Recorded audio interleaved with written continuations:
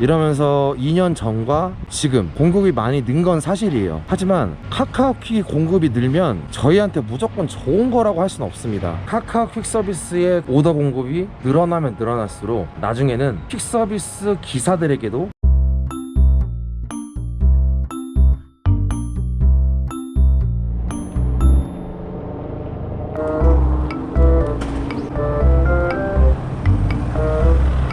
안녕하세요, 오트TV 오트입니다. 퀵 서비스 기사님들이라면 카카오퀵이라는 어플리케이션을 아실 겁니다. 카카오 퀵 서비스가 시행된 지가 벌써 2년 가까이 되고 있죠. 이 대기업에서 퀵 서비스 시장에 들어왔을 때 저희 퀵 서비스 기사님들은 굉장히 기대를 많이 했었습니다. 그러면 카카오 퀵 서비스가 시행이 되고 2년이 지난 지금 시점에서 대기업 어플리케이션인 카카오 퀵 서비스는 지금 현재 어떤지 오늘은 거기에 대해서 한번 알아보도록 하겠습니다. 여보세요? 예, 선생님, 저 퀵인데요, 시동 415 앞에 왔는데요, 아침 첫 오더부터 취소당했습니다.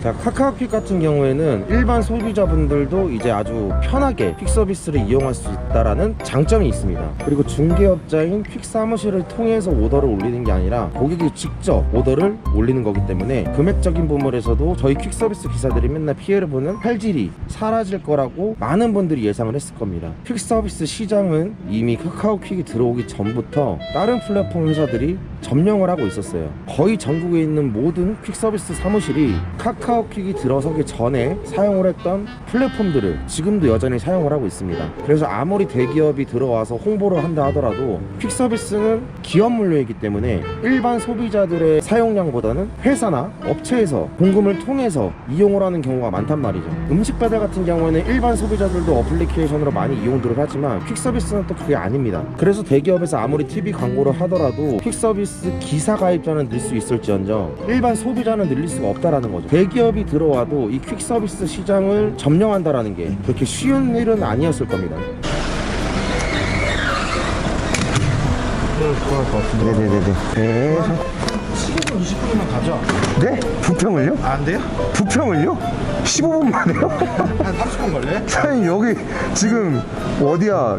마포에서 여기 오는데 20분 걸린 건데요? 카카오퀵이 퀵 서비스 업무를 수행할 기사 등록 수는 많아지는데 정작 오더를 올리는 일반 고객님들의 수요가 늘지를 않는 거죠. 그래서 카카오퀵은 굉장히 여러 시스템을 도입을 합니다. 단거리 배송, 반나절 배송, 이런 식으로 폭넓은 서비스를 시행을 했고, 그 서비스 중에서는 퀵 서비스 배달은 비싸다고 생각하는 그런 틀을 깨버리기 위해서 굉장히 저가에 저희 퀵 서비스 기사들 입장에서 봤을 때는 정말 말도 안 되는 금액으로 오더가 올라올 때도 있어요.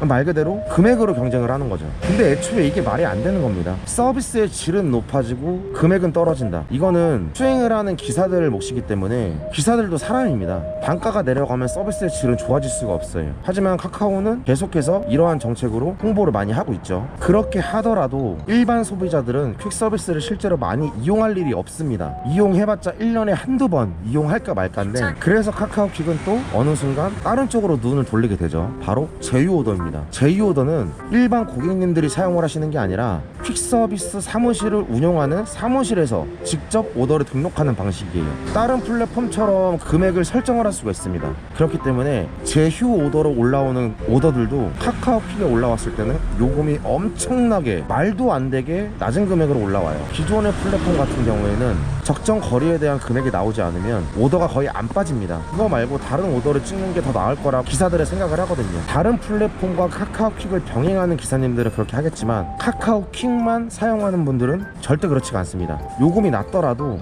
무조건 찍게 돼 있어요. 실제로 도곡동에서 부평까지 기사 실수입 금액으로 11,550원이 제휴 오더로 나왔는데 이 오더가 2분도 안 돼서 바로 빠져버리는 광경을 저는 목격을 해버렸습니다. 진짜 놀라움을 감출 수가 없었어요. 야, 도화동에서 생산을 하필 15,000원 주는데 이것도 빠진다고? 아, 진짜. 아까도 말씀드렸던 것처럼 반나절 오더라든지 단거리 오더, 이런 걸로 저단가 영업을 계속 하고 있습니다. 이러면서 2년 전과 지금 공급이 많이 는 건 사실이에요. 하지만 카카오퀵이 공급이 늘면 저희한테 무조건 좋은 거라고 할 수는 없습니다. 제가 올해 서비스 4년차에 들었는데 저보다 더 오래되신 분들은 아시겠지만 퀵 서비스 단가는 올라간 게 없어요. 제가 일했던 4년 전과 지금을 보면 오히려 요금은 더 떨어졌습니다. 근데 카카오 퀵 서비스가 도입이 되고 공급량이 조금씩 늘어나면서 단가 내려간 게 더 심하다고 저는 느껴집니다. 그러면 이렇게 한번 생각을 해볼게요. 카카오 퀵 서비스에서 공급을 계속 늘리게 되면, 예를 들어 우리나라 퀵 서비스 시장의 50% 이상을 차지하게 되면 저희한테는 어떤 좋은 점이 있을까요? 감히 제가 예상을 하는데 카카오 퀵 서비스의 오더 공급이 늘어나면 늘어날수록 단가는 떨어지게 될 것이고, 나중에는 퀵 서비스 기사들에게도 어떠한 유료화 프로그램을 만들 수도 있는 겁니다. 예를 들면 카카오 택시 같은 경우에 조금 더 좋은 오더를 빨리 보기 위해서 뭔가 프리미엄 제도의 프로그램 사용료를 택시 기사들한테 요구를 합니다. 근데 퀵 서비스 기사라고 그러지 말라는 법 있겠습니까? 지금은 오더 공급량이 다른 플랫폼에 비해서 떨어지기 때문에 그렇게 하지 못하는 것이고요. 행여나 퀵 서비스 시장의 절반 이상을 카카오퀵에서 독점을 하게 된다면 카카오퀵에서는 충분히 기사들에게 프리미엄 프로그램 유료 정책을 만들 수도 있다는 거예요. 네, 퀵이요. 안녕하세요. 그래서 개인적으로는 이러한 부분들을 조금 완화할 수 있는 방법은 유상보험이 의무화가 돼야 된다고 생각을 합니다. 굉장히 예민한 부분일 수도 있는데 누구는 유상보험을 들고 누구는 안 들고 일을 하고 있습니다. 카카오퀵을 보시면 그 누구도 쉽게 오토바이 한 대만 있으면 유상운송보험이 아니더라도 가입을 할 수 있습니다. 유상운송보험이 의무화가 돼야 어느 정도 기사들의 수요를 정리를 할 수 있다는 거죠. 기사님들끼리 말도 안 되는 단가에 대해서 수행을 안 하는 게 낫습니다.